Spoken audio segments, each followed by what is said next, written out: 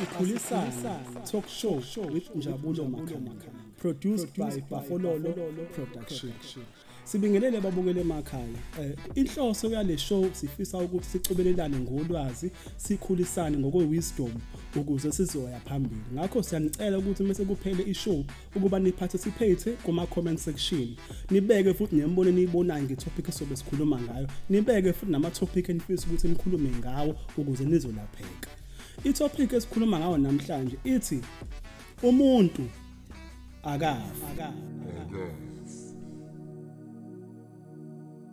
Mhlawumbe omunye umuntu uzongibuza athi usho ukuthini ukuthi umuntu akafi? Mhlawumbe before ngichaze ake sichaze ukuthi yini umuntu. Abanye abantu bazi ukuthi umuntu isidumbu lesi. Umuntu ulomoya ophila ngaphakathi kuwena. Lo okuthi mase udlule ingakho kuthiwa umuntu udlulile emhlabeni.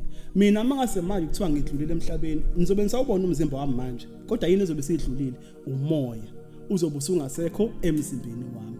Ngakho baningi abantu uthola ukuthi hayi ke usefile umuntu akafi ngoba dithama uNkulunkulu emdala umuntu wabumba umzimba wakhe wabese uphefumulela wafaka umuntu lo oyispirit. So ngakho umuntu akafi ukuthola abantu abaningi ukuthi sebeyakhohlwa abantu. Into eyicatch ukuthi lendlela owafika uyiyona lapha emhlabeni lo muntu owafika uyena lapha emhlabeni uma usuhamba emhlabeni kumele uhambe uyena. Ilapho ke inkinga iqala khona uthola ukuthi ngoba thina sazi ukuthi umuntu mesefile usefile sekuphelile kanti uthola ukuthi omunye umuntu unezimfanelo adinga ukuthi alungiselelwe zona ngoba akafile. Uthola ukuthi omunye umuntu mhlawumbe wathi ephila emhlabeni wagcina seba nenhliziyo embi. Uthola ukuthi omunye umuntu wathi ephila emhlabeni wagcina sephatha imithi. Uthola ukuthi uzothi mase edlulile emhlabeni ngoba phela umoya wakhe usuphumile enyameni usuya kwamoya. Uthola ukuthi uzothi mase efika lapho abe nenkinga ukuthi ahlanganyele nabantu bakubo. Uthola ukuthi isiyamchitha bese kumele ukuthi abuyele emuva. Bese ebuyele emuva thina lemhlabeni sazi ukuthi umuntu ufile bese ezombatha omunye umuntu ophilayo lemhlabeni. Simbona omunye umuntu naye esethakatha. Simbona omunye umuntu naye esenenhliziyo embi. Kuze kushiwo kuthiwa lengane ifuze usibani bani. Yazi nawe nenhliziyo embi kanje. Yini ngoba thina sazi ukuthi umuntu ufile kanti umuntu akafile inyama efile kodwa umphefumulo wakhe ukhona lemhlabeni udinga ukuthi unakwe ugcinelwe izimfanelo zawo. Uthola ukuthi omunye wenza amacala.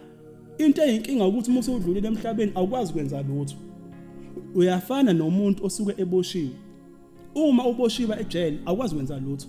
Uthembela kumuntu ongaphandle ukuthi ahamba ayofuna ummeli, ahamba ayothetha amacala bese uyakhishwa ejele. Uthola ukuthi manje sesiyashayeka thina ngoba siza ngementality yokuthi umuntu usefile vele.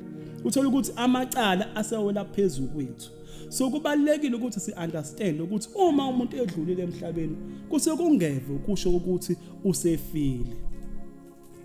Ingakho even if ubuka biblically uthi mubheka ubone ukuthi uNkulunkulu wayethumela abaprofeti abahlukahlukene ukuthi abaye emhlabeni and nabo babengakufihli ukuthi sithunyiwe.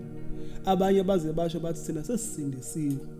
Yindaba na ingoba abantu mebedlula emhlabeni thina siyabakhohlwa kanti kunezinto ekumele sifundiseke ngazo ukuthi sibagcinele ukuze imoya yabo ithole ukuphumula.